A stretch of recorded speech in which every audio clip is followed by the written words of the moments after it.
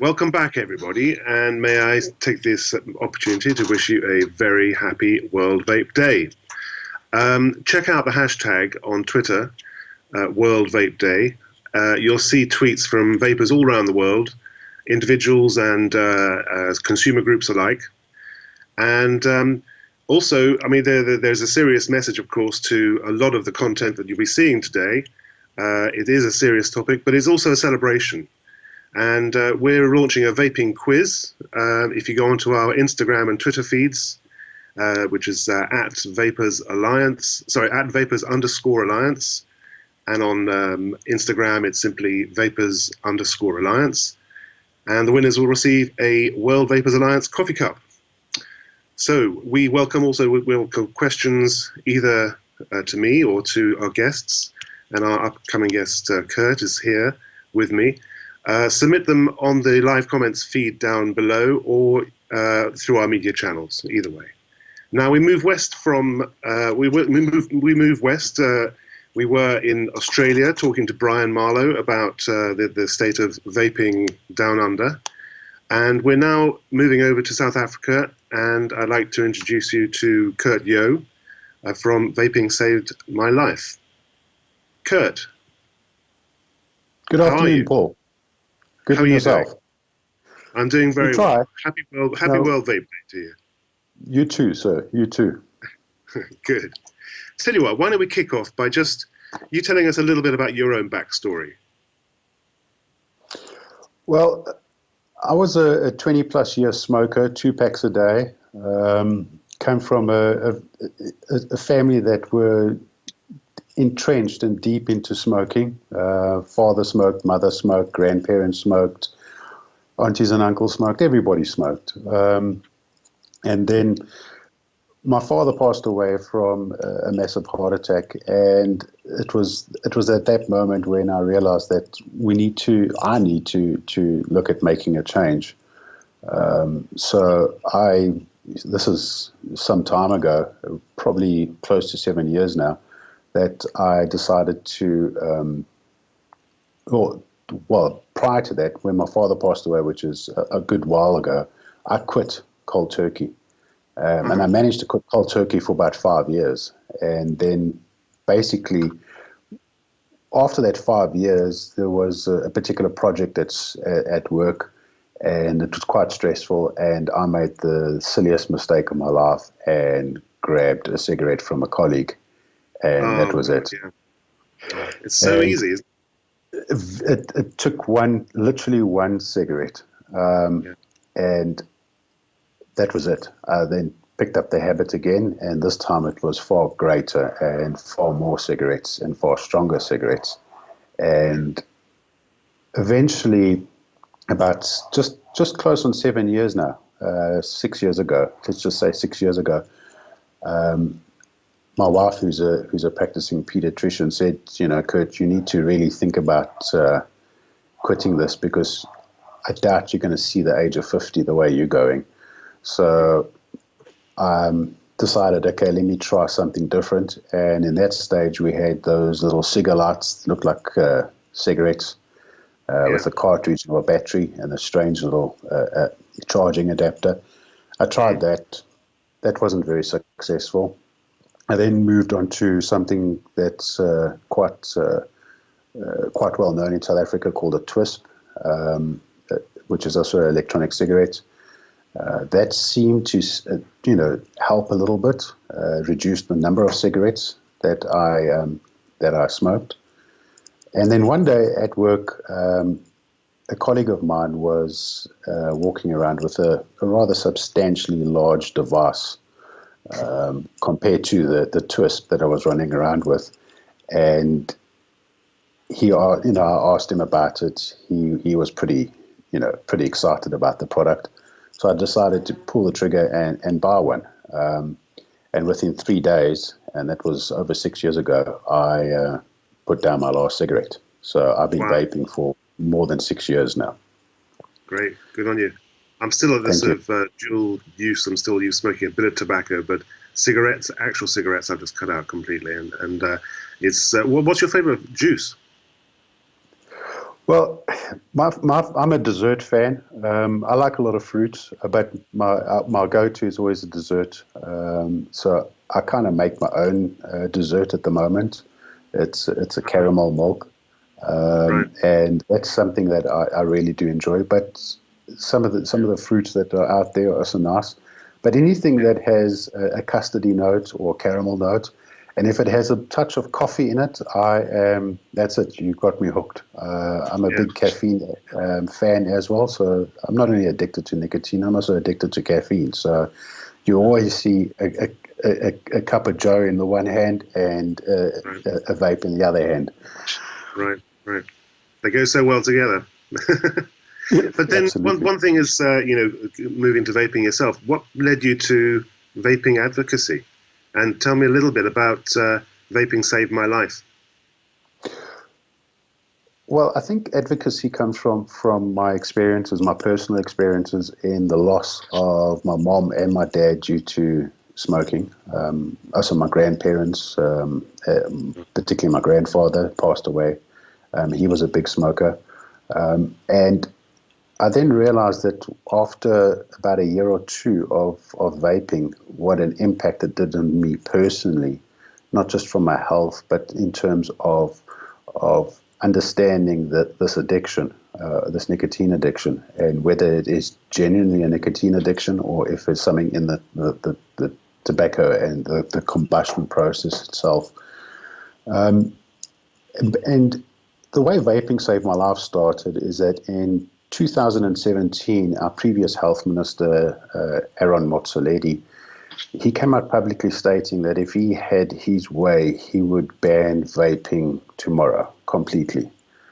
And a very good friend of mine who owns or partners a shop in the Durban area, Craig, him and I started chatting and said, we need to start thinking about doing something. So Vaping Saved My Life started off as a testimonial page where we invited vapers in the community to share their story and what it meant to them when they switched to vaping. And that's where it started off, was just literally people sharing their stories around what vaping has done for them, their families, and why they recommend vaping. Mm. So in 2018, we did our first survey, and we asked vapers in South Africa a whole host of questions around their vaping habits, their smoking habits, how long they vape for, if they are dual users. And we received a nice response, and it was good to see that there was a similar story across all those vapers, starting very young as smokers in their teens, and how many of them have literally quit smoking through means of vaping and are not dual users, so Mm. which was very promising. And Yeah. then, I was going to say, sorry, Paul. how many vapers do you think there are in South Africa?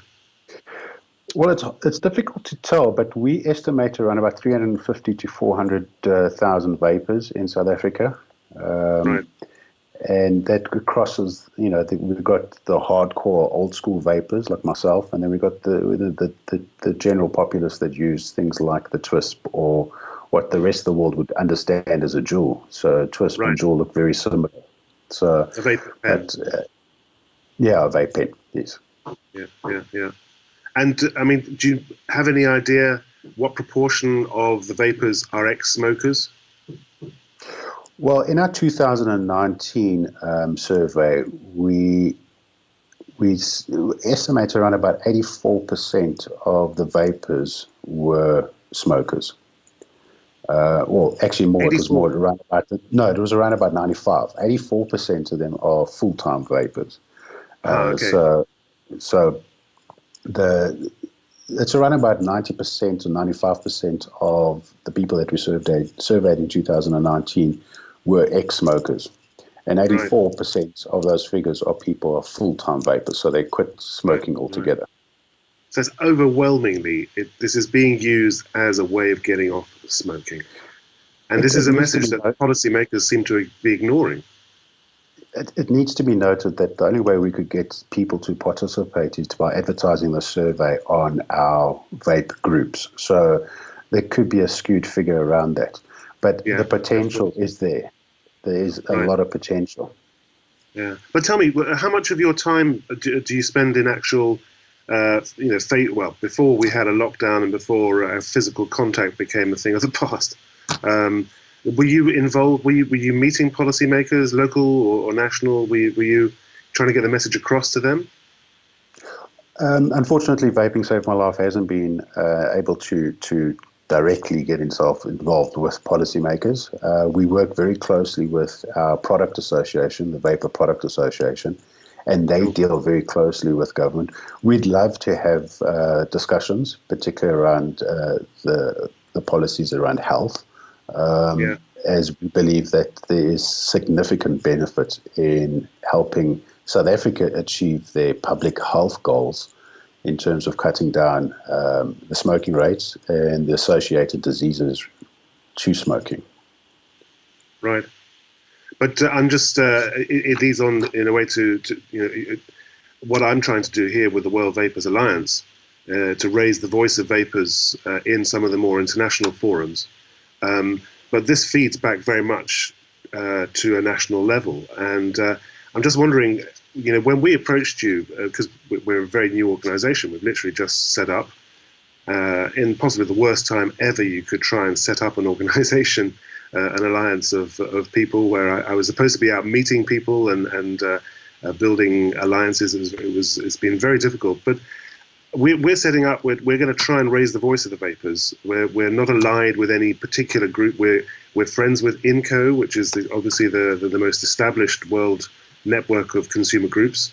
We talk to others as well, and the NNA organizations in Europe, many of which are not part of INCO. We're talking to them. We want to try and help raise the voice, and it would feed back hopefully to a national level. Is that what attracted you when we came and knocked on your door? I mean, what impact do you think being part of a bigger group would be for you and your advocacy? I think unfortunately in today's society, numbers count. And it's, and we need to have as many voices as possible. So if we, and the interesting thing is about, no matter who you speak to, any vapors around the world, they pretty much have the same story, and they pretty much have the exact same reason why they advocate vaping or why they enjoy vaping, is because it's able to get them off the stinkies, the cigarettes. So that same story cuts across any nationality and any borders, and I believe that story is universal. And if we can get a voice from all parts of the world indicating that this is a solution, a real solution, and it needs to be heard, I'm all for it. As I've always said, that the most important vapor in the world at the moment is the smoker that hasn't switched. Right. So. Right. But just maybe we don't have much time on this. Unfortunately, it's a very short chat. But just give us a flavour of what it's like to be a vapor in South Africa right now. At the moment, it's really tough. Our lockdown has put in a prohibition on any tobacco or tobacco-related products, and unfortunately, in our current legislation or our current regulations, vaping is considered as a tobacco product. So there is a complete prohibition on the sale of tobacco, and therefore access to these products has now become almost near impossible. Unfortunately, prohibition has a massive side effect in terms of introducing illicit and black market, black market products into the market, which is, as we saw in the United States around August and September, what impact that could have on public health, and in turn, what impact it could have on future policy decisions or discussions that we have. Because people tend to shy away from the details. Yeah, well, the problem is that the more dangerous, or the bootlegging and the illegal activity that sort of moves in when in an overly regulated space, results in people get poisonings, and this is what happened with Ivali, this badly named e-cigarette and vaping-related lung injury problem that they had in the US. It's nothing to do with vaping. It was to do with bogus bootleggers, criminal groups actually promoting products that contained THC in states where weed was not allowed. And so it was a clear example of how, in an overly regulated, if you prohibit something or limit it something, this is where the criminals move in. It's an opportunity, and it is worrying. I mean, have there been any poisonings, any famous poisonings in South Africa? Not that I'm aware of, but we do. We monitor the groups quite vigorously, and we noticed that there are a number of users out there that are asking questions that we try to advise rather not go down that route. In terms of making their own juices, just in order for them to continue vaping. So we haven't heard of any poisonings. But we have heard of people going to great lengths trying to find their products. Right. We have heard a number of poisonings on the alcohol front, because alcohol has also been prohibited. Yeah, I'm sure.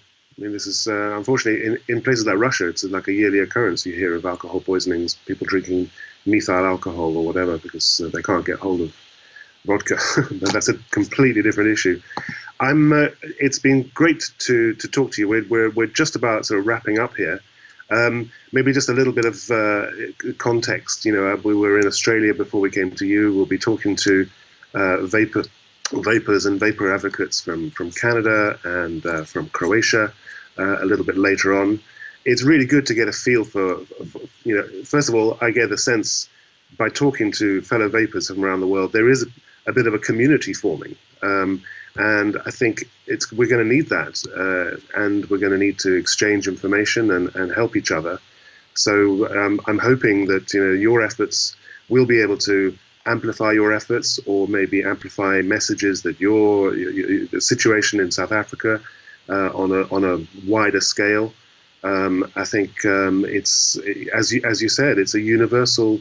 There's a universality to this. I mean, the vapers I'm meeting all over the world have a very similar backstory, and it's a very serious one. So we're celebrating. It's fantastic that we got these vapes, but the serious message is that I find is that the policymakers at the moment are going to clamp down on something that is really has a huge potential in terms of public health and improving public health. And it would be a sadly missed opportunity if countries did start to follow guidance that the WHO seems to be setting, and that is like a zero tolerance to nicotine. And it's not a helpful approach. We need more science in the debate, and we can bring it. We just need to be in that debate. But we're now sort of we're coming to an end. Any final words you'd like to say to a sort of a global audience about you in South Africa? And I think we have the science. As you said, we just need to be invited to the table to share that science and have real discussions. One of the things that we've noticed a lot is the general apathy from vapers itself. Is because we're talking to a group of individuals that have for so long been segregated from the normal populace. They've always been outcasts. And we need to, and that's why I'm so excited about World Vape Day, is raising our voices. We need to talk about this. The essence of vaping isn't the devices or the juices. The essence of vaping is saving lives through a less harmful alternative of nicotine delivery. And I invite all of our vapers in South Africa to at least spend once a day, share a positive post. Support your local vape shops when we get to open, because they're the guys that are so critical to the success of vaping.